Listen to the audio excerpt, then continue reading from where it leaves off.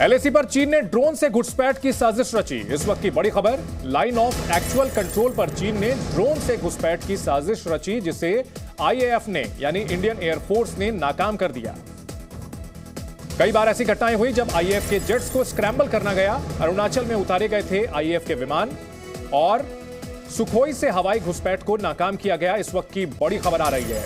तो अरुणाचल सीमा पर चीन की ओर से एक के बाद एक हरकत की तस्वीरें बात सामने आ रही है। एलएसी पर चीन की ओर से ड्रोन से घुसपैठ की कोशिश की गई, ड्रोन से घुसपैठ की कोशिश की गई और भारतीय वायुसेना वहां मुस्तैद थी, जिस वजह से इस साजिश को नाकाम किया गया। कृष्ण मोहन, इस घटना के बारे में क्या जानकारी है हमारे पास?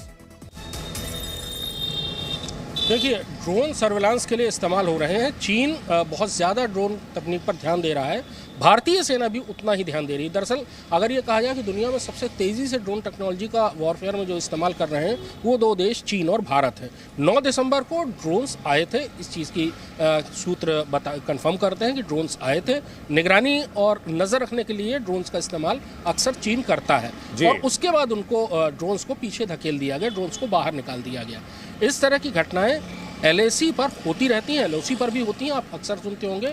ड्रोन आज की तारीख में बड़ी एक सेंसिटिव चीज़ हो गई है। ड्रोन के जरिए नज़र रखी जा सकती है, ड्रोन के जरिए बम गिराया जा सकता है, मिसाइल दागी जा सकती है, ड्रोन के जरिए घुसपैठ कराई जा सकती है, अपने सैनिकों तक रसद, सप्लाई और हथियार पहुंचाए जा सकते हैं। ड्रोन एक बहुत महत्वपूर्ण चीज़ है आज की तारीख में वॉरफेयर की। लेकिन एंटी ड्रोन टेक्निक्स जो है उसमें भी भारत ने बहुत मजबूती हासिल की है। तो और ये इस घटना से साबित भी हो गया कि चीन के ड्रोन्स ने एयर वायलेशन करने की कोशिश की, लेकिन उनको फौरन नहीं। इसमें एक संक्षेप में कृष्ण मोहन सवाल ये उठता है कि आखिरकार सुखोई को तैनात करने की जरूरत क्यों पड़ी, आईएएफ को इन्वॉल्व करने की जरूरत क्यों पड़ी, अगर इतनी सामान्य सी बात थी तो? देखिए, इस समय सुखोई सबसे ज़्यादा तादाद में है इस भारतीय वायुसेना में। 270 के आसपास सुखोई है।